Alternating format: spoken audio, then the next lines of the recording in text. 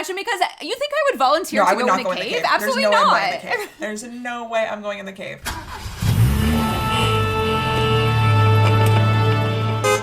Hi everyone, welcome back to After Broadway, the podcast where we deep dive into anything and everything musical theater. I'm Tara. I'm Stefania. And in today's episode, we're talking about Floyd Collins. If you've listened to our last two episodes, we've just recapped the Tony nominations, and here we are with the first of, I don't want to call this a series of reviews, but the first of a series of reviews that will last for the entire year. Yes, we're really going to milk this New York trip for a long time here. And tell us why we're starting with Floyd Collins, why they're getting our first episode. We're starting with Floyd Collins because this is actually a really big deal to this podcast specifically, because these were gifted press tickets. So thank you to the Lincoln Center for recognizing us as members of the press. Yeah, like a regular Skeets Miller over here. We had reached out to a bunch of different shows, and the people from the Lincoln Center, I mean, I actually have to say that everybody got back to us in a very timely manner. We did find out that it was easier to, well, not easier, but the reason that this came through is because Floyd Collins opened, I think, the Monday that we were there. The 21st, I believe. Yeah, the 21st, and we were in New York starting the 23rd, so this actually fell within their, press week. We were sitting beside a couple people that were also part of press. If you've seen us in an Instagram video in the States, let us know. Send it our way. Please tag us. We can't find it. They made us yodel in the lobby, and then we ended up sitting next to them, and we never found out what it was for. No. So if you've seen our faces on a random Instagram page and you're in the States, DM us, because we'd like to see it. Watch, we didn't even make it. I know. But I really did my best yodel. I did my best Floyd Collins yodel. So, should I do it for us all now? No. I think it will come up at some point. I believe if you listen long enough, I will yodel, but not yet. Exactly. But yeah, so thank you to the Lincoln Center for recognizing us as members of the press, which I actually think it's kind of funny that this happened for this show, because there is a couple press songs in this as well. And obviously Taylor Trench's main character there is a news reporter. But yeah, so we saw this on Friday, April 25th. We are recording this after the Tony nominations, so Floyd Collins got 6 Tony noms, including Best Actor for Jeremy Jordan, Best Featured Actor for Taylor Trench. They're nominated for Revival. I believe they also have a lighting design, a sound design, and an orchestrations nomination. And I don't know when this is running till. Do you know when this is running till? September? June? July? Something. You know what? It's probably it. You know what? I think you're right. I think it is June or July, because Jeremy Jordan and his band are going on tour, which is the complete opposite of what this music is. I would just like to say. I can't say I've listened to it, to be honest. No, but you know what it is, right? I'm ish. I'm aware. I haven't listened to it either. Sorry, Jeremy. This is on sale until June right now, until June 22nd. And I don't think there's a possibility of extending, because, again, he's going on tour. So if you want to see it, now is the time to see it. It's been pretty regularly. Go ahead. I was going to say, the rumor is that Vivian Beaumont has another show coming in the fall, so we gotta. Well, the rumor is ragtime, but yes, June to October is enough time to literally do something else too, so I don't know. Depends. But yeah, I don't think this will extend because he's going on tour, but also since this has come out, it is pretty regularly available on TKTS. They don't have a rush, but they do have a student rush, I believe. There are link ticks for this, which we couldn't do. You have to be a U.S. resident to do that, but the seats are really cheap. I think they're $35 if you live in the States. It's free to sign up for link ticks, and it's under 35 years old. And they have a lottery, a $49 ticket lottery on the Lincoln Center's website. Before we talk about this show, do you want to give us... Well, let's actually start where we normally start, which is, what did you know about Floyd Collins before seeing it? I'll tell you about Floyd Collins. Floyd Collins is a musical that I'd heard the name of for many, many years, but I really did not know very much about it. And maybe last year it was announced that it was coming to Broadway for the first time, and it had an off-Broadway run previously. And I knew some Adam Guettel music. And so only when it was announced that it was coming to Broadway this season did I kind of start listening to the music. And I've talked about on other episodes just like loving some of the songs and some of the music in the show. And I used like the closing song as an obsession earlier this year. And I had kind of, in knowing that we were going to see this musical and that this musical was coming up, had like done some research into Floyd Collins himself and kind of become fascinated a little bit with the story of this man. I've been talking my parents' ears off about Floyd Collins, who was stuck in a cave and then died. Did they know? Did they know about him? No, they didn't. They Mine, it didn't either. Yeah. Maybe, like, if we lived in the States, this would be something that we would have, like, learned about, but Canadian history did not cover Floyd Collins. It was a long time ago, so, it never came up for them. And then before seeing it, when I'd watched some, like, YouTube videos of, like, bootlegs of certain songs, but before, I'd never kind of seen a full production of it before, and so this was my first time. Mm-hmm. What about you, Tara? So I actually did see a production of it, and I've like talked about this on and off on the podcast, but I'm pretty sure every time I've talked about it, I haven't had the right information until today, because I looked it up, and there is a digital program online, so thank you to Theater Sheridan for having the archive. But I saw this back in February of 2017 at Sheridan. My friend Jared, friend of the podcast Jared, was in Floyd Collins. And I'm pretty sure at one point I said he was Floyd Collins. He wasn't. He played H.T. Carmichael, who is the Sean Allen Krill character, which is a pretty big character. That's a big character. You know, he plays capitalism is who he plays. Yes, exactly. So before seeing that, I had absolutely no idea what this show was, but I remember Jared saying to me that the music was really beautiful. I gotta say, and like, so sorry to everybody in that cast, but like, this was not memorable to me at all. I think at the time I was like, what is this story about?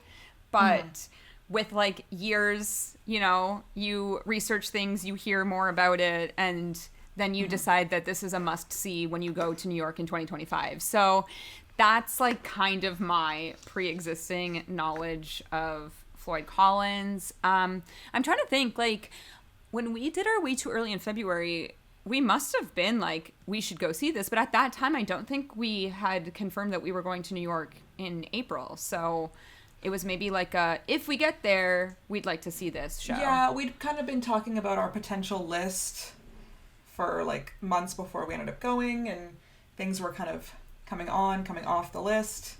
But I do think this was one that was kind of on the list. It's tricky. It's hard to know. Yeah. What to see. And I think like part of what made us see it was the chance to hear Jeremy Jordan yodel, like to hear his, you know, beautiful voice sing these beautiful songs.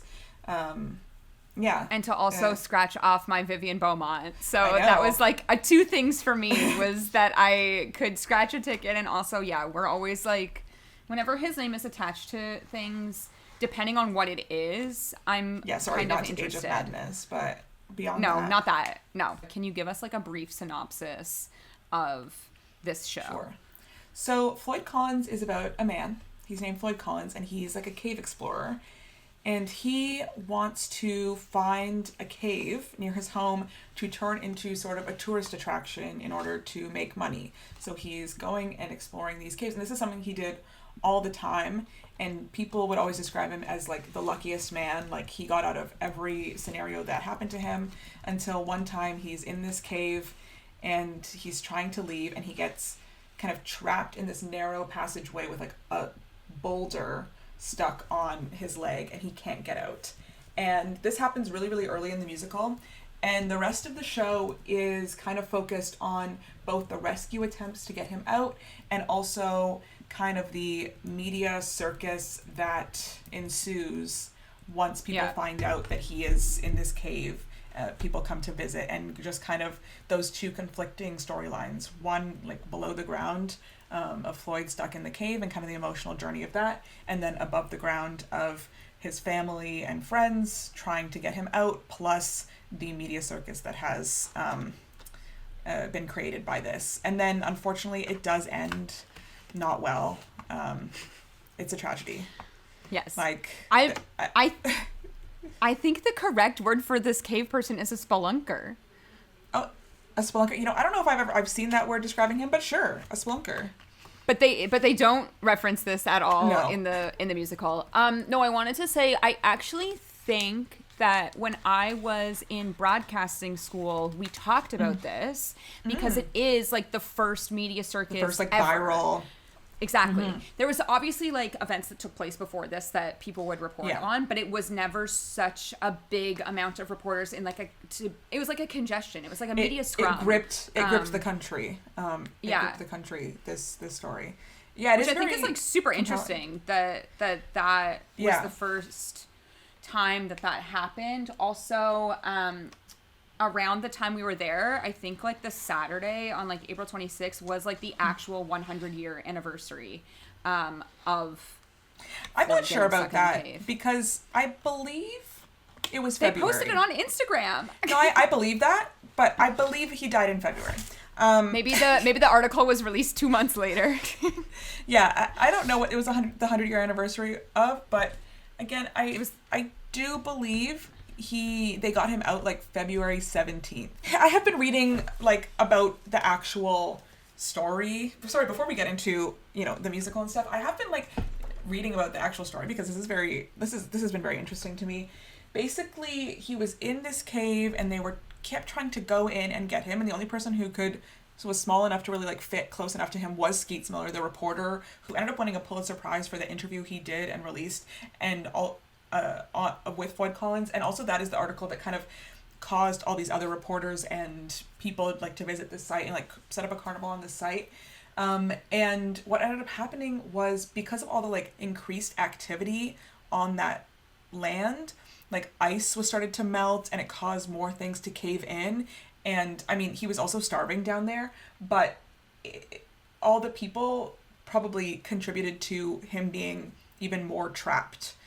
So basically what they ended up doing, which we saw in the musical, is they tried to pull him out, but it wasn't working. They tried to jack like rocks out from under him, and what they ended up like trying to do was go straight down towards him, but they couldn't use machinery because the vibrations would cause more rocks to fall. So they had to like hand dig this tunnel. And at that point they had no access to him from another way because things had started caving in. So they hadn't spoken to him in days by the time they finally got to him. And when they got to him, I believe it was like, again, February 17th, and he was like dead at that point and like cold. And at that point, even the doctor couldn't even get into him, so that he had to give instructions to like declare him dead to someone else who could actually fit in. And they did eventually like get him out. There's also, and I don't know if this is happened in real life too, or if this was just like something that was added for the musical, but towards the end of the show, there's 2 other people that try to go in, and I believe they also died. Remember that scene when they're like standing in the stage? There's like 2 characters, and then everything starts to fall, and we never hear from them again. So to me, I was like, oh, they've also died. You know, that I don't know.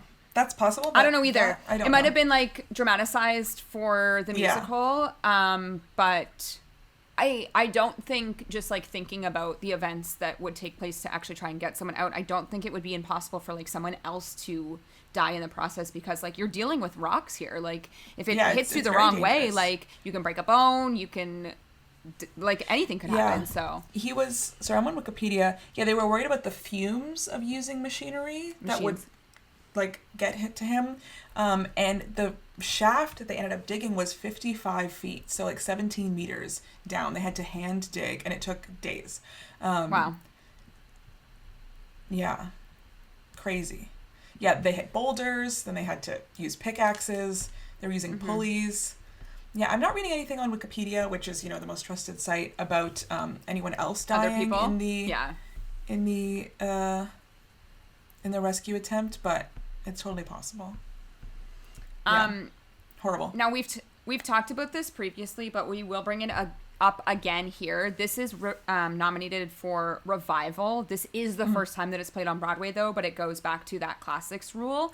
Again, I saw a theatrical production of this, so that's kind of why it like lives in the revival space, because it's been done regionally. It was many places. It was on in New York at Playwrights Horizons, right, for the first time in 1996. In 1996. Well, the first time was actually in 1994 in Philadelphia, but yes, so it was off Broadway in it opened February 9th, 1996, and it only ran for 25 performances. So crazy. Wasn't a lot of, I guess, pre-existing to go off of, but also that they like recorded a cast recording for something that only had 25 performances, like budget. Good for you. Things don't survive if you don't have that cast recording. Things are forgotten if you don't have any sort of record of a production.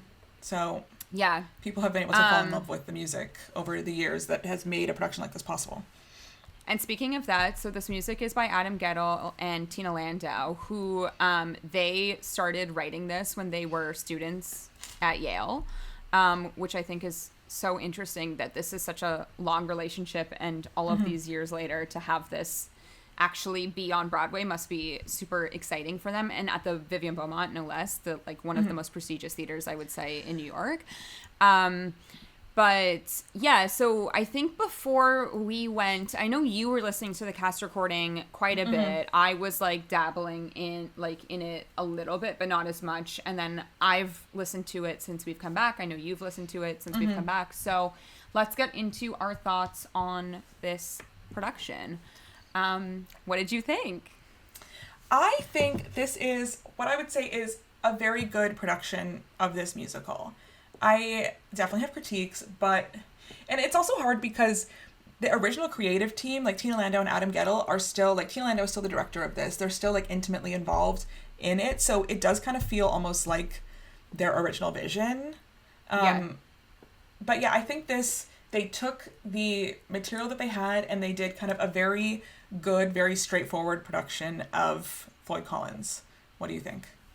Yeah, I agree with that. I do also want to say, again, as we said at the beginning of this episode, these were press tickets, but these were also the best tickets I've ever had in my entire life. We were like 10, 11 rows from the stage, dead center. So yeah, I also think there's not really very many bad seats in this is interesting because I was reading today and so many people said there are bad seats because if you're sitting in a specific location, you could be blocked by those like rocks that they're using. Right. So, and we'll get into this when we talk a bit more about like the actual cave elements, but there are almost like moving, what would you even call those? It's like a stage block almost. Like platforms. Yeah. They're like trapdoors, but not quite trapdoors. Because they almost have like a full back body. Yeah. Yeah, like the door itself will move and become part of the stage. I don't know, like risers? Yeah, maybe. But I did read that some people said that, like, depending on where you're seated, you could be blocked when, like, a rock is, I guess, standing vertical. Or if they're sitting on a bench that's also kind of, like, the same material as the rock could be something. So, but I also thought sitting in there that, like, any seat would be good, but... Yeah, it just depends. I'd been in there once before when I saw My Fair Lady. This was in 2018, a beautiful, beautiful production of My Fair Lady. And we were much more off to the side because we purchased these tickets ourselves. And I felt it was not really obstructed at all. It probably just depends on the staging of the show. It is like a thrust stage, so it is a semicircle. If you're from the Toronto area, the biggest comparison is, the Festival Theatre in Stratford. When we were sitting in the theater for this, I said, these are similar to the tickets we usually have when we're at the Festival Theater, like a similar the actual entirety of the Lincoln Center, like the Vivian Beaumont and like the Festival Theater is like kind of the same like the lobby feels similar, like everything kind of feels like very similar. Maybe it's been modeled, one of them has been modeled after the other type thing. Probably the Stratford one has. I mean, I'm sure there's thrust stages multiple places, but these are the only two I think that we've ever been to. I don't think I've been to another place with a thrust stage. Not quite like this, but yeah, almost like the seats are in like a semicircle around the thrust. But yeah, I really liked this production. Again, like, we will get into the critiques of it. I do think that it is quite simple staging, but like that doesn't really bother me. I know that it bothers some people because it's like when you have a musical that takes place half the time in a cave, like, could we be doing more? And we'll get into that. but I think it's sung so well by some super talented people, which definitely like puts the score's already so beautiful, but to hear it sung the way that it's sung, and I think the music plus the story like really do complement each other here. So I don't really have like huge critiques of this, but I agree that it's kind of a standard production of a musical that premiered off Broadway over 25 years ago. You know what I mean? Like, I don't know what that show looked like. And I know, like, as I said, that have been doing Floyd Collins regionally. So I'd be curious to know what like other people are doing with the cave elements. Yeah. I don't remember what Sheridan did with the cave element. You don't remember anything? No, I don't know why. It was like it's just like ask Jared to send you if he has any pictures. I should. There's probably some online, honestly. I could probably look this up to see what it looked like. It's a way smaller space. Like the Sheridan Theater is like a black box. So I can't imagine that they were doing anything huge. It was probably Floyd was lying on the ground somewhere, or like they had like rocks surrounding him. Like leaning against something. Yeah, I mean, let's I think talk about it. And this is a critique that I've been going back and forth on is, does Floyd feel adequately trapped in this production? So what they have to represent the cave is like these like kind of pieces of the stage that move up and down, and you see him climbing, and at one point he climbs during the call when he's looking for his cave, he climbs up this kind of like large piece that's come out of the stage, and then he kind of rappels down it, and that was the most impressive part to me. He had no stagehand with him, and he was hooking in and out, sliding through on ropes. He got brought down by. It was interesting because I could see like when it first starts, the first song, which is like the ballad, everything is flat, but I could see from where we were sitting that like you can see the outline of a trapdoor. So and then obviously like when he's in the caves, the lighting is much darker, but I could see it like slowly rising up. So it was like, oh cool, it's gonna be like a tower that he's gonna climb. He does, and sometimes he's hanging sideways and singing these really big notes. So and he went behind it at some points and like hung out the other side. It's fun. That first number is fun. It is fun, and then it kind of ends with him kind of going head first onto what we've seen described as a beach chair. I think it was the Vulture review that called it a Fred Flintstone dentist chair. You've been calling it the dentist chair.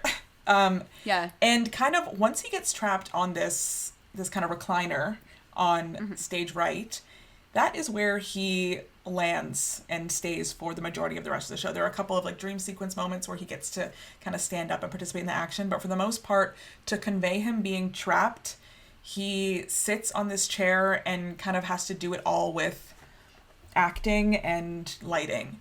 And I go back and forth on the critique of this. I think this is a really big house to convey a sense of claustrophobia and trappedness, and sometimes I think they weren't quite able to get across the level of urgency of him being stuck there when he looks a little maybe too comfortable there. I don't know, what do you think? Like it's hard because saying this, but also if we were to see, I just, like, in my mind, see these, like, cardboard cutouts or, like, paper mache, like, boulders. And I feel like that would be so much worse to me. No, I don't necessarily know about that either. Yeah, it just... And it's not like he can be, like, strapped in because that wouldn't make sense either. I think, and we were decently close. I would be interested to know how people feel that are sitting, like, right up against where Jeremy hangs out for the entirety of the show. Because... based on, like, the production photos that have come out, you can see that, like, there's a moment when his arms are trapped, and then as they start to go down, they kind of get his arms loose, which is when they, like, give him some water, and he can, like, feel his brother, and he can feel Skeets. Like, there are moments where he can do more with his hands. They're not just, like, trapped, whatever, but it is kind of, like, completely left up to the audience's imagination, and you either have to be in on it, and if you're not, then I don't know that it necessarily works, but I also don't know what they could do other than do it in a smaller space. Yeah, I don't necessarily know either. I wonder if there's a way to make it like a bit more. I mean, it's hard to leave more to the imagination than this did, because really the entire like everything is left to your imagination in this staging.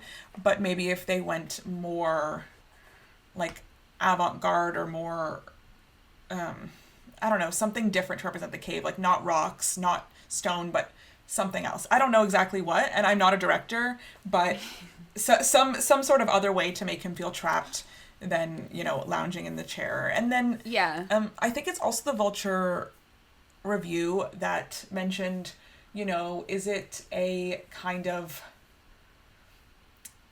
not a lazy choice, but an easy choice to have him not be the center of his own story and be on stage right, like to be sidelined like that and not be kind of like so pervasively at the center. Like, are we allowed to forget about him too much by putting him in the darkness to the side for a lot of the show?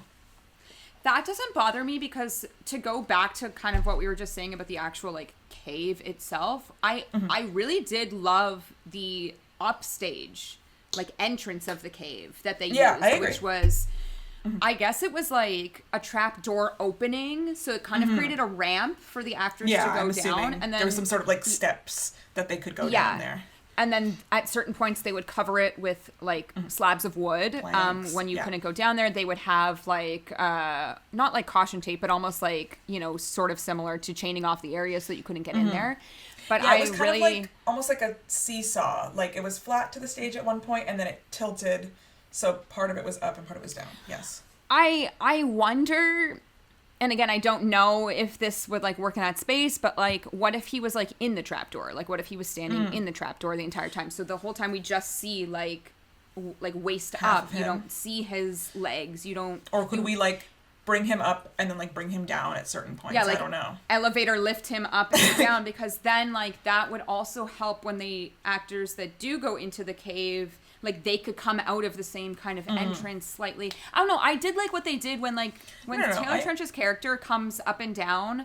I thought that was like really well done, and the way that it looked like behind the dentist chair there was like a block, and they would be on their knees. Stand up. Yeah. Yes, exactly. And kind of like lean over Jason him. Gauthier, and like hold Jason his Gauthier shoulders. does that. Taylor Trench does that. Yeah, exactly. But at one point, Taylor Trench is like on top of him, like really like trying to use the jack to get at one point he's putting a harness on him in the dark. Yeah. Yes. I know. I know. Yeah. But yeah, back to the center versus the side. I just think that's just like, they can't have him in the center and then try to do everything around the way that they wanted to do it. Like, there's no way. So they have to pick a side, it is definitely like the easier way to put him off to the side, and then you can kind of get the full stage picture. But yeah, like, does it sideline him in his own story? And then I think that gets to like my kind of maybe not main critique, but my overall question is like, which part of the story am I supposed to care about most? And maybe the answer is you're supposed to care about it all. And at the end of the day, like, I just didn't. Am I supposed to care about Floyd in the cave and like his personal journey there? Or am I supposed to be more compelled by the kind of everything that's happening on the outside of the cave? And for me, I was always a bit more interested on, and I think I find this in stories in general, in like what is the reaction by people to this like crazy news story that has happened than what is happening in the cave. I was like more intrigued by the storyline happening above ground than what was happening below ground. And so again, like, if you have this musical Floyd Collins, and every time you're like in the cave with him and he's just kind of like singing about he never had a girlfriend or whatever, like I felt like that like dragged the show down a little bit and had more energy when we were above ground. And so again, like, sometimes in some ways I feel like he was like sidelined in his own story. But like, is that the point? Well, maybe. I don't know. But then, you know, we stop for 5 minutes, like, I wish I had a wife. And you're like, okay. Yeah, I almost think it is the point that, like, that you forget about him at some points. Because, like, to me, we're kind of, like, we're basically going off of a news article. Like, that's what it seems like. That we're just, like, replaying, like, an event in time. And most of the characters, almost every single character except for two, they never see him this entire show. So, like, physically see him. They're obviously, like, on stage together, but they never actually see him. So, I think, like, obviously the goal, I would say, of the show is that you're supposed to care about everything. But I do think that, like, you get these glimmers of him in a cave where he's singing about the things that he never had, or that he misses his sister, or that he wishes that he does whatever. But I think you are supposed to be more compelled by the above ground story, and then you just watch this man die, basically. Like, I don't know. I don't think I have, like, as much of a problem with this as you do. Yeah, it's like if you're reading a novel, let's say, and we're switching between two different perspectives, like two different POVs, and every time you get to one, you're like, okay, can't wait to get back to the other one. Like, that's sometimes... But that is how most books, I think, feel sometimes. But, like, they should not. You know, you should not be, you know, wanting to get through half just to hear the other half, you know? Right. I guess I think... just didn't feel that way. I didn't feel like whenever he's saying that, like, I wanted to get through it. Like, I was interested in what he was saying as well. Yeah, not uninterested, but, like, I found the other people's journeys maybe more interesting as I think it's tricky because he wants to find this cave, and then he gets trapped, and then he's kind of just so early, like song so early, and then he's kind of just waiting to die, like, and he goes through, you know, feeling like he's gonna get out, to, like, acceptance, and then dying, and there is kind of, like, not enough, but there isn't as much of an arc for him as there are for other characters, in my mind. I definitely agree, but what would his arc be? Well, that's the question, and, like, does this make for a compelling story? Like, that's the thing. But, like, as a whole, or are you just talking about, like, his story doesn't make for a compelling story?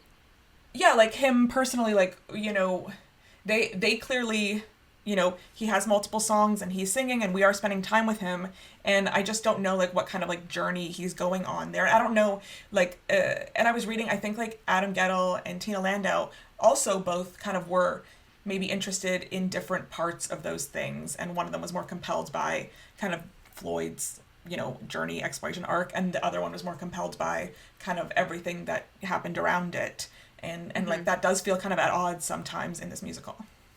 Yeah, I don't know, I really don't, like, have as much of an issue with this. I know that, like, this is the main critique of, like, whose story do we follow, and whose is a more, like, who is the lead character, basically, in this sense. Like, obviously the show is called Floyd Collins, but we spend a lot of time with the other characters. But I just don't know how to tell that story about a person that's dying and stuck in one spot for the entirety of the show. So, to me, like, what they did makes enough sense for me to be interested in, like, the whole property, I guess. Like, I don't really know. I just don't have, like, the same issue, I guess. My opinion is that the most compelling journey that we follow is Skeets Miller's, because I do feel like he has a true transformation from the beginning of the show to the end in a way that, like, I don't know if many of the other characters do, maybe, like, Floyd's father in some ways, but for, like, Skeets Miller in this production played by Taylor Trench, you see him, he is, like, a sports reporter usually, he gets assigned to this kind of random story,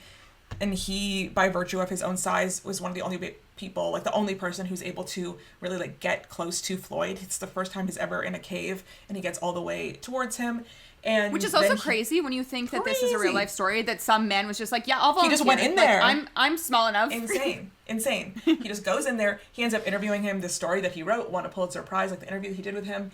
And this story is what ended up calling all of the media attention to it, which I think in some ways he ends up regretting is maybe not the right word, but he does feel like culpable in part of what happened here. And I think, you know, something that is really cleverly shown is at the beginning of Act 2, there's the song of the three reporters that kind of, what is it called? Yes. Is that Remarkable? Is that the first song of Act 2 where the reporters, the three reporters are kind of descending on the scene, and they start doing this dance, and Taylor Trench as Skeets Miller, like, joins in on this dance, almost like he doesn't even know how he's joined in on it, because he is at the end of the day not very different from what these men are doing, descending on this kind of human tragedy and sensationalizing it for the public, and kind of realizing, you know, what his role in this has been, and works so hard on the rescue efforts, and kind of becomes like close to this man at the end of his life, and spends a lot of the rest of his life like talking about this kind of definitive experience for him. And so for me, like his journey, and I also think Taylor Trench is just like a really wonderful performer. His journey for me was one of the more like, was the story that I was like very interested in watching and following, and I was like always excited when he came back on stage. Whereas like someone like Floyd's brother, I'm kind of confused, like Homer. When they're like Homer, they're like, we want to make you a vaudeville star, and I'm like, and then he's like, I'm gonna go to vaudeville. I'm like, where is this coming from? What? Yes. Did he want to be a vaudeville star before? I'm so confused about this. Where does this plotline happen? I think both the siblings are quite underwritten, to be honest. Like, we don't really know anything about Nellie except for she came from an asylum like a few weeks before Floyd goes into the caves. I agree with you that he has the most compelling story, but I also think he should. Like, he is the person that is telling this story. Right. So we should be listening to everything. We should be focused on him the majority of the time. And should it be called like Skeets Miller instead of Floyd Collins? I don't think it should be called Skeets Miller necessarily, but like, yeah, like this, it is called Floyd Collins, and we're thinking about this man. I think because he's still telling the story of Floyd Collins, this man that died in a cave. So like, I think obviously that's why it's called that. But I don't necessarily think that it's a bad thing that we focus on him, even though the show was not titled his character. Like, I think that is like a really good writing narrative to have us as the audience be told the events of the story from the man that wrote the story, basically. So I think that actually is like a smart way to write. Yeah, no, it's not that it's like a bad storytelling tool, but I think it's interesting that the more, to me anyway, the more compelling narrative is the supporting character versus our, like, the person who character. I think should be like the heart of the story. Like, and I was sad when he died, but like I feel like we should be like really here's like there. I don't want to get like too much into it because this is going to be an episode that comes out soon, but like, why did you care more about Dead Outlaw and his story than you did about Floyd? Because Andrew Durant does nothing on stage. It's not necessarily that I cared more about well, one, I do think a big difference in those shows is that we get to see Elmer McCurdy in Dead Outlaw's life. His backstory. Yeah. And then after he dies. And here we kind of meet Floyd at the beginning of like his death, right? And everyone's telling us, oh, he's such a, like, he's the luckiest person. I don't know that. You're telling me that. I don't know anything about this man. All I know is what you're telling me. I haven't been able to like see that about him. I just met him, right? And I also think like Dead Outlaw is just, they are interesting to compare because you do have kind of a man, two men stuck on stage for a long time. Stage. Not even that, like stuck in this like position and being used for gain in ways that they cannot control. One in death and one in imminent death. I do think they're tonally very different, obviously. And like Dead Outlaw is meant to be much more of a comedy than Floyd Collins is. Like, this is the main difference is obviously he's paraded around, he's already dead, whereas like we're learning about this guy while he's still alive but can't get out and tell us himself type thing. I don't know, I feel like because like do I think that he gets trapped too early? Probably yes, but I don't mind because we learn about him through like that riddle song that he sings with Homer. We learn about his relationship with his sister like when she sings about him, so I don't like necessarily mind that. But I just think that like it has to, we should feel more compelled by Skeet's story because he's the one telling it. So I don't know that that's necessarily a bad thing. Yeah, I think I wish, and I don't know, I think I wish... Yeah, like, what would you change? Like, what would you do differently that, like, would make you feel more, I don't know, like, involved in Floyd's life? Like, what would you do differently? I think maybe we need to meet him in a different way. I wonder if there's a way to do, like, a scene with his family, maybe a little bit of, like, exposition at the beginning of the show, just, like, talking about why he wants to do this, why he needs this, because everything we find out about him is, like, again, after this. And I also wish that, like, him being trapped felt a little more, like, visceral. Like, it felt a little more scary, a little more intense. I don't think it feels intense enough the way he's trapped in this staging. That's my main two critiques. You think because of like just the way that he's lounging, like that's I do think the lounging. I do think he's in like a very like wide open area as well. Mm-hmm. I want to feel like a little more like claustrophobic for him in that. Yeah, I don't disagree on that, but I actually think the issue here is the theater. I don't know why it's here. Like I'm not sure why. And maybe it was like availability. Maybe because like Adam Guettel has a relationship with the Vivian Beaumont. Like maybe it's a whole combination of different things here. But for sure. Like, there's many reasons for these things. Yeah, but I actually don't think that this is the right place for this. Yeah, that's what we were saying like as we came out. Well, even when we first got in there, when we like sat down and you just look at that stage, because there's no set really. Like they bring things on off and on. They'll bring like stuff for the carnival, whatever. But when you just see that like blank set, that stage is massive. It is probably bigger than any stage that we saw, like deep wise. It goes so really far back. And it has to, because like as we learned from Robert Marcus about the festival theater, they come underneath, right? There's characters that are coming from the sides of the thrust and also like the sides of the stage. So it has to be so big because there's probably an entire like world happening down there with trapdoors and costumes and set pieces and everything. So I actually think the main problem here with it feeling not claustrophobic is the size of the theater, and you can only do so much with lighting and lack of set piece that they've chosen to do for the specific telling of this story to make that gigantic theater feel any smaller. So yeah, I don't think they quite like nailed that like visceral feeling of he is trapped and he cannot get out. And it's a lot to put on like just the actor, just Jeremy Jordan, to convey this like trapped feeling. When with our eyes he's acting that, but with our eyes we are seeing he is lounging on a dystopian dentist chair. Maybe not dystopian. I think it's like more prehistoric. Prehistoric? I'm thinking like District 13 in the Hunger Games when everything's like gray and square and like... Yeah, I guess. Like brutalist architecture a little bit.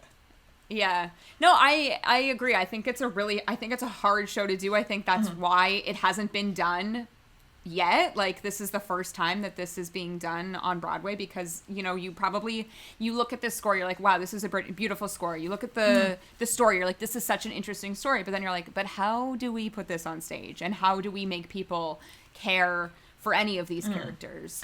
And sometimes I wonder if maybe like a lower budget production of something like this in a smaller space, like much more intimate audience, would have that more visceral, intense feeling than something in like a space so, excuse the pun, like cavernous that the Lincoln Center is.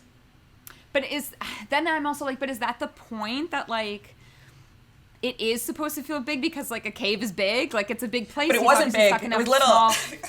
No, but the full cave was probably big. He just he wedged himself into a situation where like in that song, it's like it's at the end of the call when like rocks start to break. That's when he gets stuck. So I assume the actual cave was quite large. He just got himself into this like super tiny position. Or he said he had found a cave, and this was I believe this was at the end of the day when he was trying to get out, and his like lamp had ran out, so he was trying to go at a different path, and that's why he got trapped here. I don't really have any more to say. I've said what I need to say. The climbing that they show of him, like to me, that's like, oh, he's going deep down. Like this is a big cave. Yeah. It was when they went to excavate him. I think I said it was 55 feet down that they had to dig this channel towards him. It's a big location. Yeah. It was deep. So yeah, I just don't know. We could talk about this for like hours, but I don't have a better solution for what they did other than put this in a smaller theater. And maybe it would feel a little more. Like, I think the answer is it should be a more intimate show overall. Yeah. And who knows if this will ever be done again. I feel like it will never be done again. I think this is like a one and done situation. I think they just like kind of wanted to forever put this on stage and have like, again, very talented people sing this score. And they've done that, so they don't need to do that again. No, it's great. It's great. I'm happy. I'm happy to have seen it on such a big scale. But yeah, it does make me think. Oh, I think maybe this show is meant to be small, like, closer. Let's talk about performances here. We've kind of touched on Taylor Trench, but like let's continue to talk about him. Yeah, my favorite performance in this show, I think. I was reading an article with him that said he was so excited to be in this because he doesn't have to sing. And I'm just like, that's so funny to hear because, like, he literally played Evan Hansen, which is the biggest... That's so funny. I don't know if I noticed that he didn't really sing. He doesn't sing at all. He only sings in the ensemble songs. He has, like, I landed on him. It's like a speak singing, but yes, like, he doesn't really. He, like, literally told this reporter that the reason that he wanted to do this is because he didn't have to sing. And I was just so like, funny. Wow. As someone that has previously led a show where you sing so much, like, I'm shocked. But I do think that, like, his resume, he does a lot more acting in like plays versus like musicals. I feel like the last time he probably really sang was in Hello Dolly, or I guess whatever he just did. He did like Safety Not Guaranteed. He has like a really unique voice that I really like. Like I think he has such character to his voice that makes him so distinct, so that it sounds like a real person. It doesn't sound like too perfect or too beautiful. But I do think I remember listening to maybe him on an interview talking about him doing Evan Hansen, being like, you know, I am not Ben Platt, like. It's a very different expectation for him than, and even for him to even take that on after someone like Ben Platt, like just very, very different. They're bringing very, very different things to the show. Very different energy, just as humans in general. But yeah, like that's what made him want to even do this in the first place, was that it was a more like acting heavy role as opposed to a. Do you think this is offer only, or do you think this is audition? No, he auditioned. He said he auditioned. Because like I think Jeremy was offered. They all auditioned. They all auditioned. Okay, but when we say like audition, do they probably brought in like two people and we're like it's either him or him. A work session, like we're like, well, let's just sing through the songs together, see how you feel. Well, I can go back to this summer when Lizzie McAlpine was putting out vlogs of this entire process, like her full audition. Which I was watching her I believe vlog she auditioned, series. Yes. I believe she went through I believe like months. Jason Gaute auditioned. Lizzie went through months of auditions. Wow. She did like over Zoom for like a long time, and then I'm pretty sure once they cast Jeremy, they brought her to New York to actually like do this to get those in person. Those siblings together, put the three probably of them with together, Jason Gaute too, if he was cast at that point, so that they could something, so that they could sing together. But she was doing it online, then she was in person. She went through like 3 stages of final callbacks before she did a workshop, and then was not even guaranteed Broadway post-workshop. So I don't know who was actually in that workshop production, because I was reading Jeremy Jordan's New York Times article that just came out recently, and he left Gatsby early to do this, which he says that was a better paycheck, which we know. But I thought like that was interesting, and you know, he says that sometimes there are just roles that like you want to do and it doesn't even matter the money at all. So I know he did that workshop, but I don't know who else did that workshop. And I do think that he did it while he was still kind of doing Gatsby. And then obviously when they gave him the full-time gig, that's when he said, I gotta go, guys. See ya. Right. So yeah, I'm trying to read on Reddit to see if people have this, but no, I don't know if people do. I feel like it was a pretty like quiet, closed door situation. Yeah. But yeah, I think it would be interesting to like see somebody else play the Taylor Trench character, because I do think the reason that we enjoyed so much of this is because of him. He is such a great actor. We've talked about him previously, but specifically in this, like, you could see he was putting so much emotion into this entire role. His wig. Yeah, I loved when he ran into the caves and his wig got muddy. I loved his, like, relationship with Floyd when he was in the caves. And then, obviously, like, anytime he, like, ran to the front of the stage, he had, like, tears in his eyes as he was giving these, like, big monologue scenes. So he really was like, can you imagine? You went into this, like, you're basically, like, talking to like a dead man. Like, you know he's gonna die. I can imagine, because you think I would volunteer to go in the cave? Absolutely There's no not. way I'm going in the cave. There's no way I'm going in the cave. Like, yes, he knew that he was small enough to do that, but like, he could have died too. He didn't know what he was getting into. Like, to be fair, I believe he was 21 years old when he went into that cave, which doesn't, but like, he was dumb. Like, he was young and dumb, is what I'll say about that. Yeah, sure, but even like, what's his name? Homer goes into the cave too, but that's his brother, so I guess it's a different story. It's his brother, and also, like, he had been in caves before. Like, he was an experienced cave explorer the way Floyd was. So, like, not the first time ever going into a cave being this, where someone's already trapped. That's insane. He'll probably, I don't know, I don't know for sure, but I feel like that man never went into a cave ever again. Or maybe he became a spelunker, and he was like, you know what, this is my calling now, everybody. That's my call. No, I don't think so. I believe, I'm on his Wikipedia, he left the profession of journalism. Writing? Oh, wow. Yeah, he moved to Florida, went into retail. Went into retail, working for an ice cream manufacturer. Shout out. Then he moved to New York, where he was a writer again. Then he left journalism, and then he entered broadcasting. So he had, like, a radio career. Okay. Fascinating. So kind of the same. Yeah. Yeah. Let's talk about Homer, Jason Gote here, who I also agree with you. I don't really even think his story arc is relevant at all. Yes. What was the vaudeville situation? Like, what's happening there? Did he always want to be in vaudeville?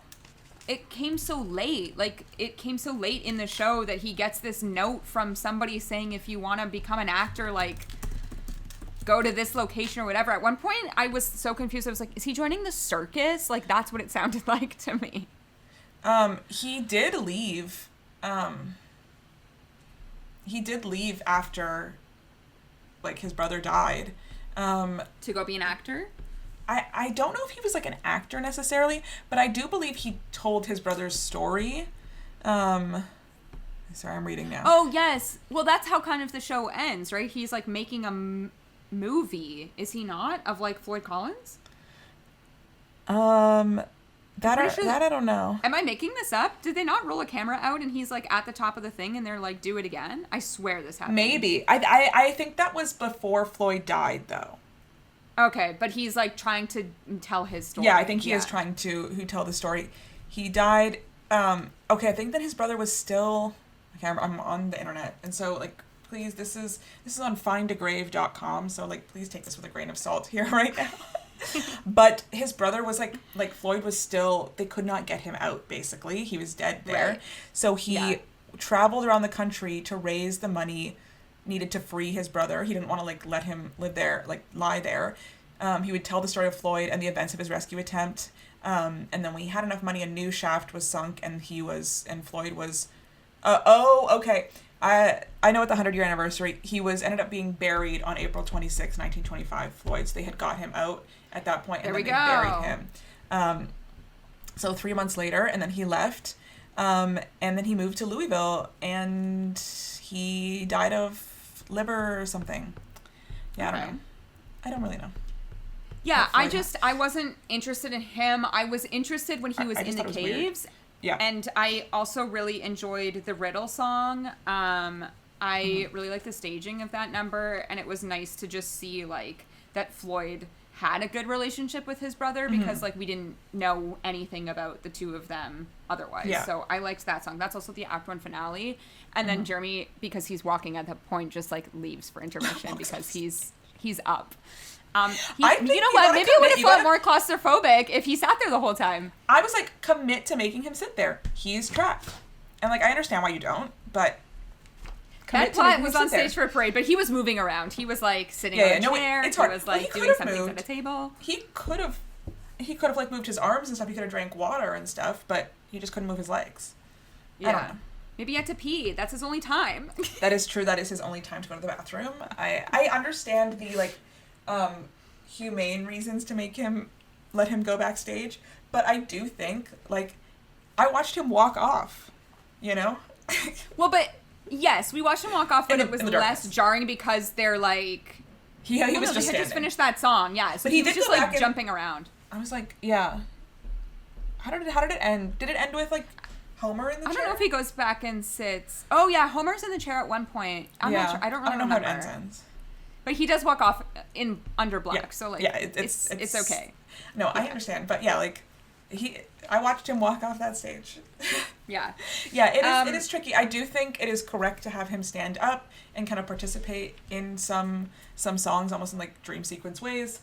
But it does, like, fight against like what they're attempting to make us feel with him being, like, stuck. So it's a challenge to direct and a challenge to stage. I don't know what the right answer is.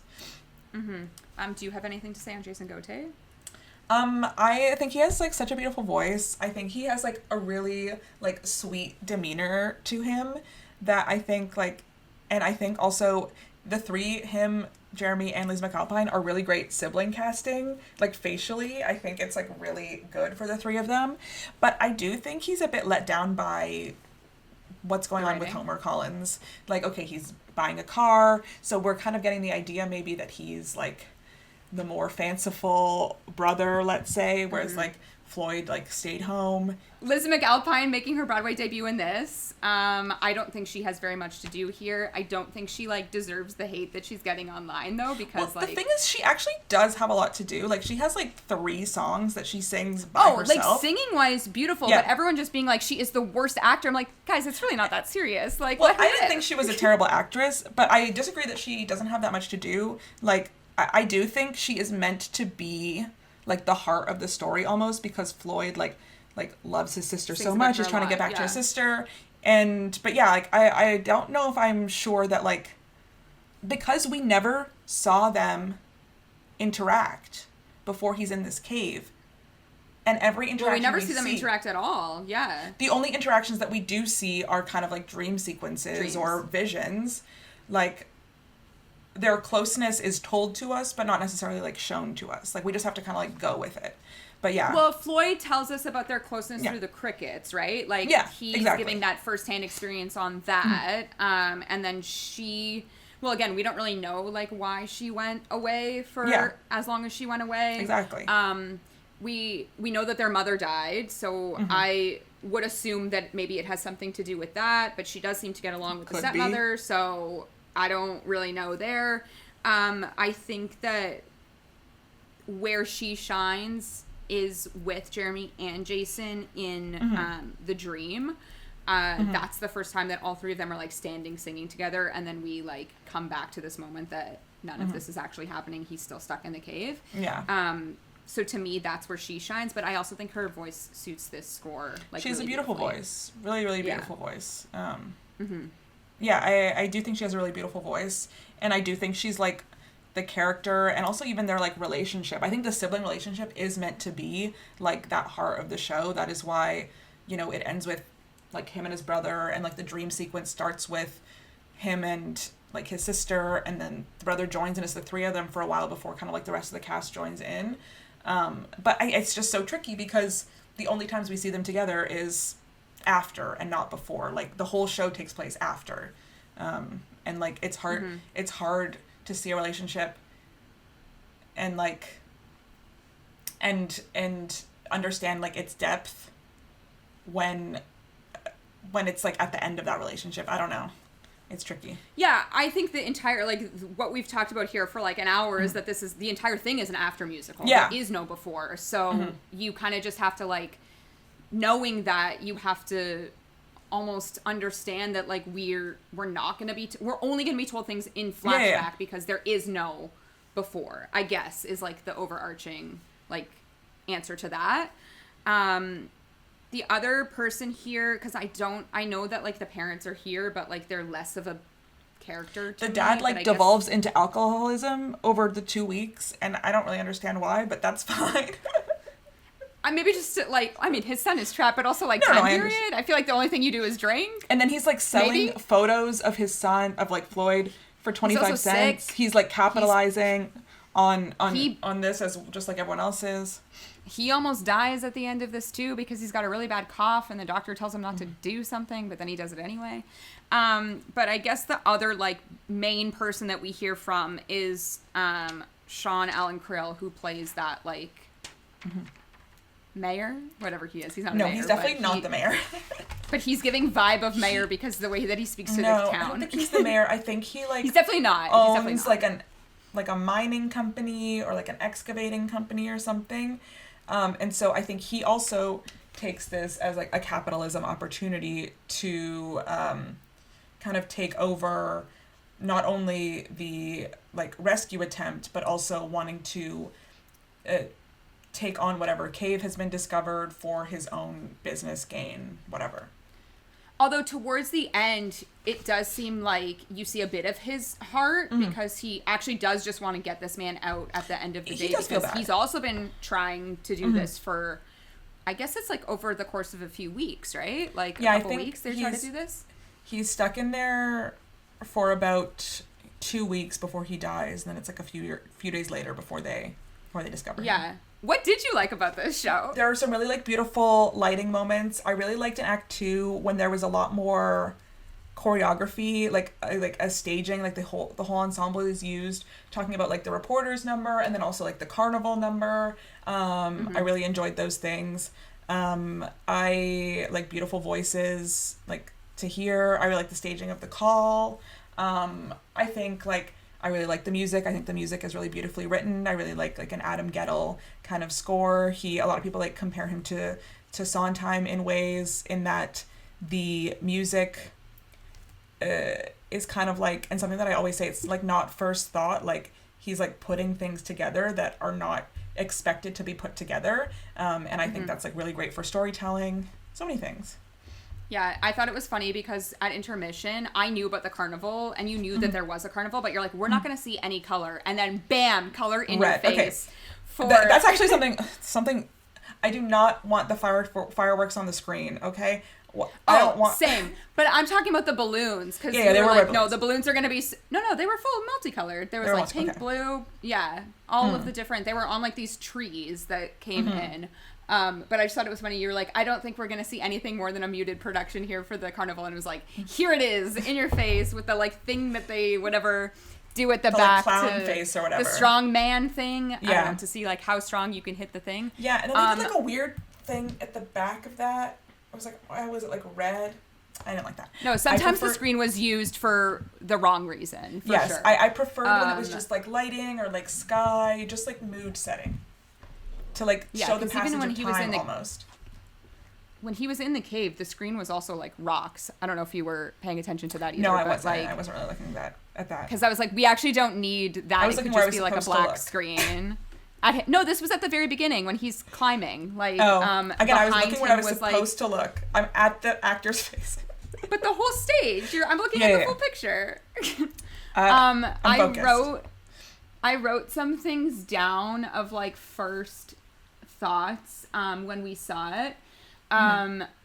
During that carnival scene, something that I really liked, which is kind of when it became tense with the whole like reporters and everything, nobody was standing still at any moment. So they had like all of the actors at the back of the stage. Some people were holding balloons. They were again like in that tableau silhouette that if you listen to our last episode on the Tony Awards, we talked so much about how I loved the lighting trick of having the actors like fully blacked out so they were silhouette, but then the screen behind them was like sunset or sunrise or gradient or whatever. But in this specific scene, I think it's like Skeets is like standing at the front of the stage and he has his arms crossed and like his fingers were wiggling, and then everybody at the back, also the people holding the balloons, their fingers were wiggling behind them too. So everybody's like hands were doing something, which I thought was like a cool maybe like movement choreography moment. Again, I really liked the sibling song towards the end in the dream sequence. I also love the way that looked. Everybody in white, except for Floyd, who's obviously in the same outfit that he's been in since he started the show. Here. He wears an overall set that is covered in mud, and that's really it. I did watch, he had talked about the fact of he didn't know what his look was going to be for this. I think in tech he had tried out like a really long beard, but then realized that would be super annoying as time went on, and you're just like lying there, maybe it becomes itchy.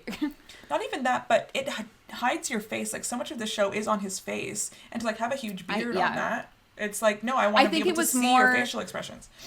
I think it was like that was what he thought that like a super rugged man would look like, is someone with like a beard. But Floyd didn't have a beard, so I think he just like tried different I don't think things. that was the style of the time, to be honest. I think it was very. And I think he said that he landed on just like scruff. That was like the easiest, most like easy to maintain kind of a look. And oh yeah, in the dream sequence, I just like the fact that they were all in white. The screen had turned blue, and then you're like sadly coming back to the realization that like he's gonna die in the next song. When he calls out the call, expecting to hear the echo, and then no one echoes it. That's so sad. Exactly. You know what? We didn't even talk about Jeremy Jordan's performance in this. I know. So why? True. I don't know. I think we should. At the end of the day, like, yeah, like, maybe it comes down to what we were talking about in that, like, is he sidelined in his own story? You know, we've been talking, like, is this his Tony moment? And the question is, I don't know. Like, has this momentum ever, like, coalesced around him for this? I don't know. But everything aside, like, we do need to talk about that this score, he is giving it everything. Like, yeah.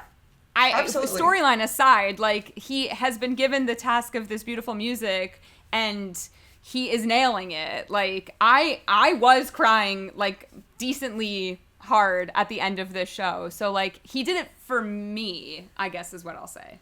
Yeah, no, he sounds amazing on these songs. Like, and I don't think that was ever really in question at all. I think he is, like, doing the most from his little chair. Like, that's with the material that he has. Yeah. Yeah. He is, I think, like, and it's a tricky thing. It's not anyone's fault. It's like, this is a man who was stuck. He is in that chair, and his whole performance, for the most part, is in that chair. And I think he does like a really beautiful job. He is, you know, we talked about how so much of the feeling of trappedness, like, lays on his ability to convey that. Like, he is not really given a lot of other tools to convey that with. It's all on him to convey those feelings. And I think, like, he is doing a good job at it. He is giving a wonderful performance. But yeah, I don't know if, like, the momentum has been there for, like, that final push for the award here. But yeah, I don't really have anything else here to say. Do you have anything else here?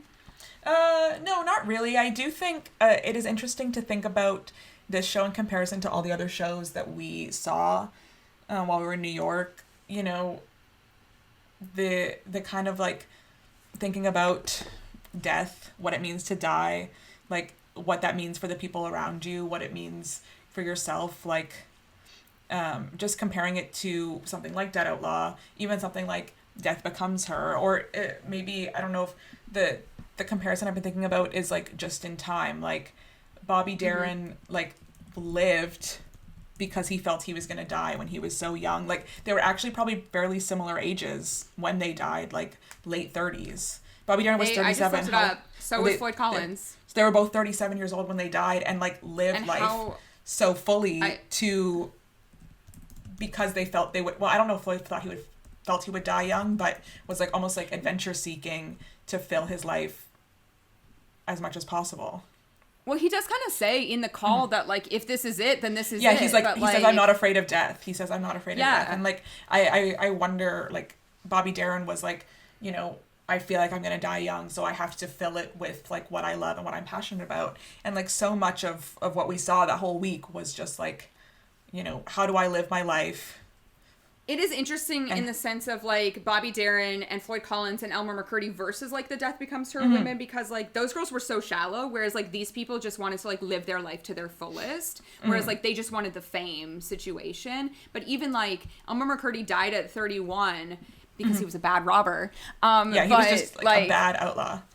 He was just bad at his career that he chose. But I would say, like, Floyd and Bobby Darin are almost the closest to each other because they really died doing what they loved the most.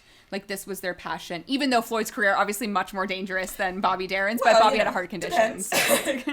Like, I keep thinking about, like, that parallel. Even it's not the same, but we saw Operation Mincemeat where they're, you know, they use this dead body to kind of achieve this thing in a war, and thinking about, like, you know, our relationship to death and I don't know, our control over what happens when we die. I don't know. It's very interesting. I mean, not the exact same, but maybe happy ending also fits in that category. 100%, 100%. Maybe happy ending. They're about to go obsolete.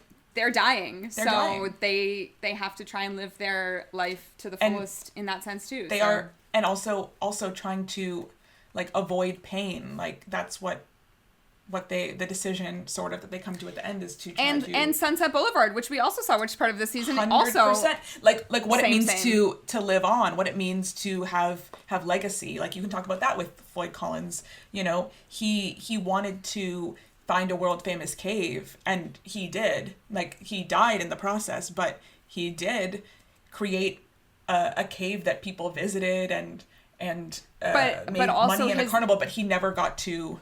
I don't know. Yeah, he succeeded, but he died at the cost.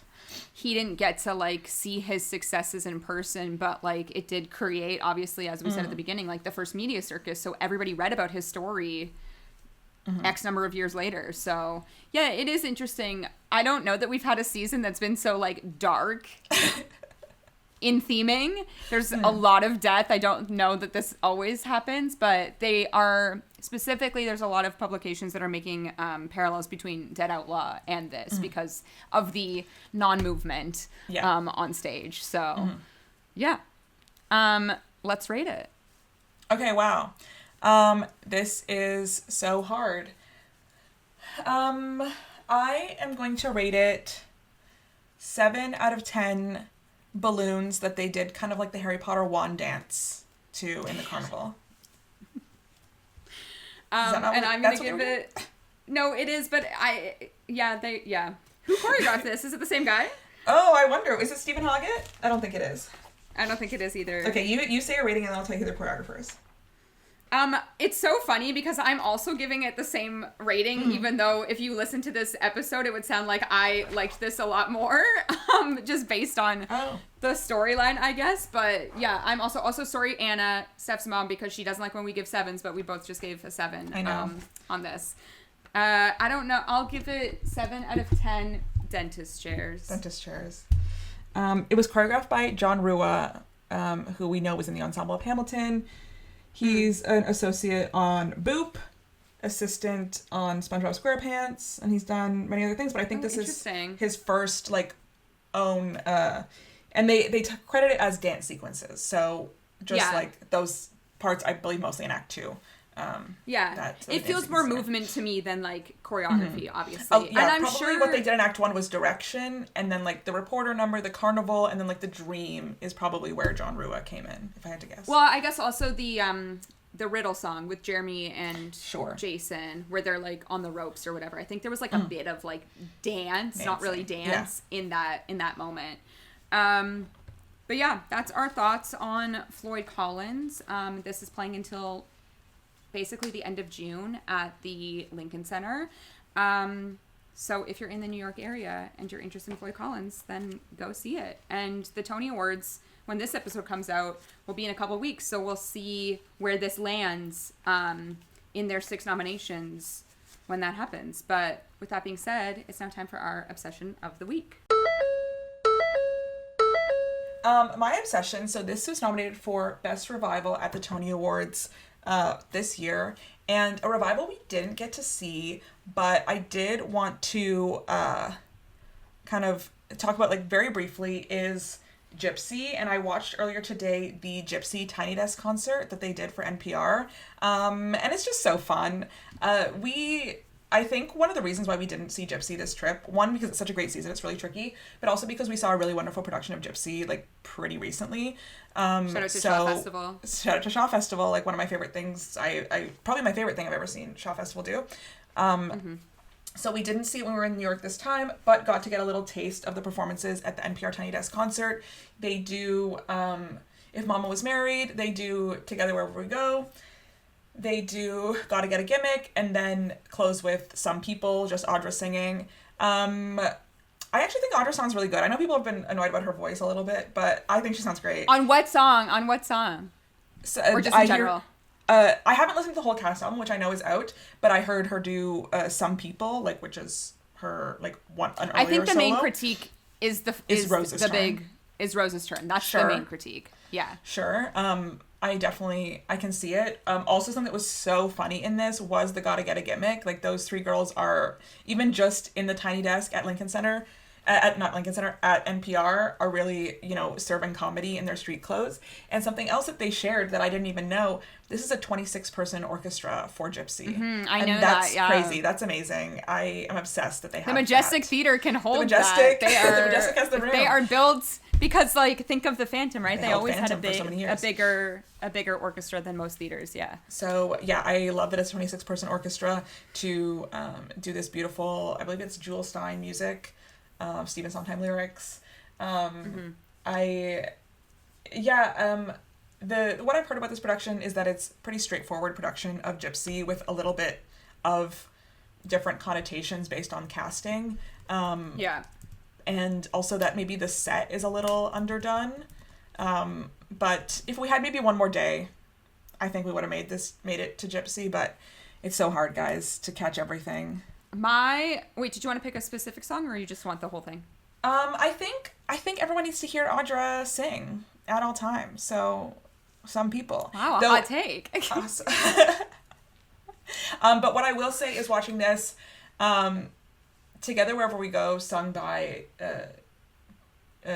Joy Woods, Audra McDonald, and Danny Burstein, those are the 3 acting nominees, so I can see them doing that at the Tonys. You don't think she's gonna do Rose's Story? I don't know. They always like to feature all the acting nominees, if they can. And I wonder if they might also want to try and feature the choreography. So we will see what they do, because it's nominated. Yeah. Okay, my obsession this week is also based on New York, because what else have we been doing since we've been here? But I sent this to you. This is something that I've watched like literally a million times since it came out, because now I'm a Lawrence stan, as you know.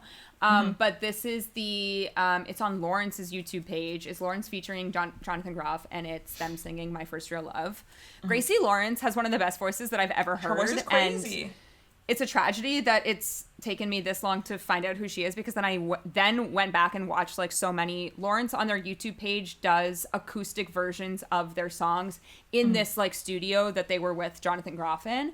Her brother's also, it's her brother, right? Lawrence is their sibling. I literally have no clue. No idea. Okay, his last name is also Lawrence, so I assumed, because I don't think that she's married. Let me look this up. Sibling to Gracie. You think I'm an expert on Lawrence? I'm not. I don't know. You have random facts coming out of you left, right, and center. So I thought this was maybe something you would know. Not on the band Lawrence. They are siblings. Her brother Clyde also has an amazing voice. This is just like, it's so good. They're both like wailing. Jonathan, I don't think, has ever sounded better. These songs suit him really well. Vocal tone so well, and you can just see that like he loves this. Like, this is his, I think, favorite thing that he's done in a very long time. Like, he is so invested in this. Have you seen her do on the Kelly Clarkson show? Yes. I think, like, Who's Sorry Now? Yeah, she sounds amazing. I literally went back and watched everything that she's like ever done. So funny. And if we're gonna talk about like the 2 pop stars making their Broadway debut, pop stars, I wouldn't even call them that, but whatever, you know what I mean. Yeah. Making their Broadway debuts this season with Lizzie McAlpine and Gracie Lawrence. Gracie is my favorite pop star debut. Yeah, I'm with you on that. I think she just has like maybe a more fun role, but also she just kind of eats it up. She eats it up. I will say in the like just in time conversation that this morning my mom were in the kitchen cooking, and we just put on a Bobby Darin playlist, and we're listening to Bobby Darin all morning. And that's kind of been what I've been doing. I've been listening to a lot of cast albums of the shows we saw, but the just in time, no cast album yet, so I've just been like, wow, I guess I have to listen to Bobby Darin now. So embarrassing for me. Although there is like not cast album, but like Jonathan performed on Colbert, Gracie performed on Kelly Clarkson, so like there's snippets so you can hear and there's actually a few songs of Jonathan's versions just straight up on YouTube, but if you're interested, but if you're looking for him specifically, there is like things here and there. I don't know that we've seen pictures of them in a recording studio yet, so maybe they haven't gone in there. But yeah, so that's our thoughts on Floyd Collins, and that's also our obsession of the week. If you want to listen to any of our other episodes, including our reaction to the Tony nominations, you can do that by subscribing to our podcast wherever you listen to podcasts. You can also watch us on YouTube. Don't forget to subscribe and leave us a comment. And you can follow us Off to BOA Podcast on Instagram and Off to Broadway on TikTok. And we'll see you guys next time. Bye.